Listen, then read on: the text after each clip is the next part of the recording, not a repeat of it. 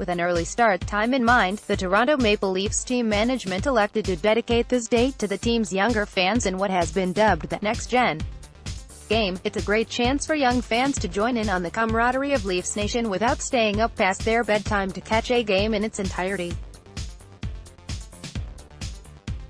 Earlier puck drops provide an opportunity to foster the same love and passion for the game within a younger audience, integrating them into a spectacle synonymous with many Torontonians. One that is typically shared later in the evening.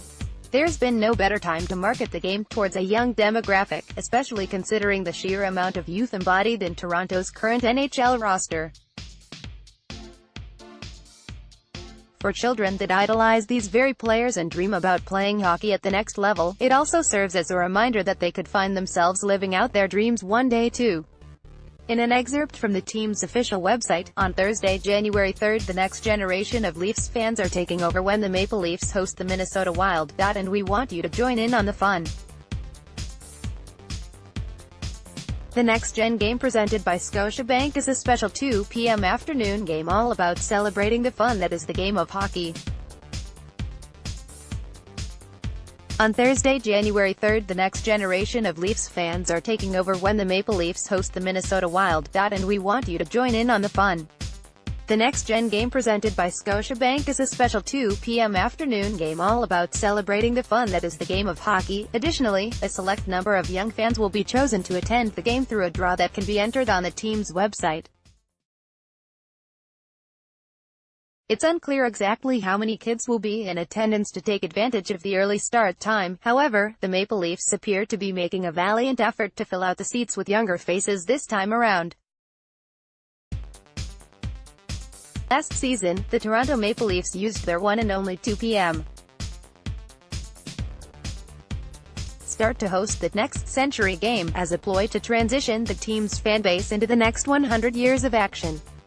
There was a specific focus on youth and the next generation of Leaf fans, but with a simple glance at the arena's crowd, this was noticeably absent. This is what Michael Friesdahl, MLSE president and CEO, had to say ahead of last year's Next Century game. The Next Century game will take place just a few weeks before the one-year anniversary of MLSE Launchpad, serving as a valuable reminder of the positive impact that both the Maple Leafs and this facility have on our youth and this community, while team president and alternate governor Brendan Shanahan also chimed in on the matter. We're now able to look ahead as we start to write the next great chapters in team history, along with creating new generations of Leafs fans, which is an important part of this celebration. To be fair, the Toronto Maple Leafs appear to be all in on the youth movement this year.